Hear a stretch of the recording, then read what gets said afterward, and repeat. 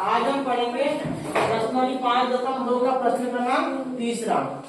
ये आपका चित्र बना है। इस चित्र के अनुसार A B C D E F ये चारों के मान ज्ञात करना है। चारों के मान ज्ञात करना है। तो इसका मान ज्ञात करने के लिए सबसे पहले ध्यान दो कि यहाँ पर दिया है कि दो रेखाएं हैं। ये एल है, ये एम है और ये क्या है, एन है। दो रेखाएं एल और एम है, उसको एक तीसरी रेखा एन काट रही है दो बिंदुओं पे। तो यहाँ इस प्रकार आपके 8 कोण बन रहे हैं। कितने कोण बन रहे हैं? 8 कोण बन रहे हैं। ठीक है, तो ये 8 कोण आपके बन रहे हैं। यहाँ कुछ छूट रहे हैं, ये 8 कोण बन गए आपके। अब इन सभी कोणों का मान ज्ञात करना है। तो इधर ध्यान, यहाँ पर लिखना पड़ेगा कि रेखा एल समांतर रेखा एम के। ये दोनों रेखाएं एक दूसरे के समांतर है। दोनों रेखाएं एक दूसरे के समांतर है। तो इधर ध्यान दीजिए, यहाँ पर देखना ये कोण तो 125 है और ये डी है, ये संगत कोण है। कैसा कोण है? ये 125 अंश का कोण और ये कोण डी जो है संगत कोण है। तो डी का मान भी कितना होगा? 125। तो यहाँ लिखोगे आप डी बराबर 125 अंश लिखना पड़ेगा।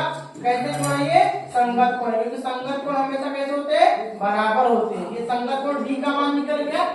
ठीक है, इसके बाद में आपको ये पता होना चाहिए ये डी का मान निकल गया। अब ये देखो इस रेखा पर ध्यान देना, रेखा एल पर यहाँ पर देखो दो साइड है, दोनों कोण बने हैं 125 अंश और ई वाला। तो इतना रेखा 125 और ई वाला है, तो इन दोनों का योग होता है 180 अंश। यानी ये दोनों कोणों का योग कितना होता है? 180 अंश, क्योंकि कैसे कोण है? ऋजु कोण है। ठीक है, तो आपको लिखना पड़ेगा कि कोण 125 प्लस ई बराबर 180 अंश। क्यों ऐसे? क्योंकि कैसे कोण है? ऋजु कोण, मतलब इनका योग कितना है? 180 अंश है। तो ई का मान ज्ञात करना है। तो प्लस 125 क्या होगा? माइनस 125 अंश। घटा दीजिए, 10 में से 5 गया तो 5, 7 में से 2 गया तो 5, कितना आया? 55 आया। यानी ई का मान कितना आया? 55 अंश। अब ई और ए क्या है? भी संगत कोण है।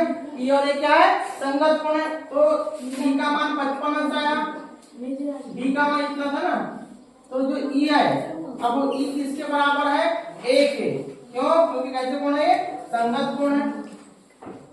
तो आपका तो ए का ही मान किसके बराबर होगा? आपका 55 अंश से। ए का ही मान मिल गया। ठीक है, ए का मान मिल गया, बी का मान मिल गया, आपको ई का ही मान मिल गया। अब आपको ज्ञात करना है बी और सी। बी और सी, तो इतना रखना कि अगर ये 125 है, ध्यान दो, ये अगर 125 है तो इधर वाला भी कितना होगा? 125 अंश होगा। कि ये कैसे कोण है? ईर्षाभिमुख कोण है। ये यदि 125 है तो कितना होगा? 125 अंश होगा। अब ध्यान दो ये 125 अंश और बी क्या है? संगत कोण है।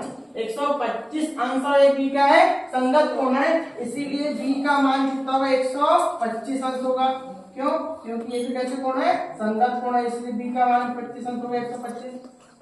इसके बाद में अब ध्यान दो बी और सी दोनों कोणों का योग 180 अंश है। बी और सी दोनों का कितना? 180 अंश है। क्यों 180 अंश है? क्योंकि ये है आपके ऋजु कोण। यानी यदि दो कोणों का योग 180 अंश है मतलब वो ऋजु कोण हो गया। ठीक है, और अन्य भाषा में बोल सकते हैं कि एक रेखा पर जब दो कोण बने और दोनों का योग 180 अंश, उसे रैखिक युग्म कोण भी कहते हैं। रैखिक युग्म कोण भी कहते हैं। तो अब कोण बी और सी दोनों का कितना है? 180 अंश। यहाँ बी का मान रख दीजिए 125 अंश, धन सी बराबर 180। ये सी बराबर इधर घटाइए 180, 125 घटाओ सी का मान कितना आएगा? 55 अंश। इस प्रकार हमने देखे कि डी का भी मान निकालिए, ई का भी मान निकालिए, ए बी सी डी ई हमने सभी का मान निकाल दिए। ठीक है, तो ये आपका ये प्रश्न दिया था और ये हमारा इस प्रकार हमारा आंसर आ गया। चारों कोण के मान हमारे आ गए। ठीक है,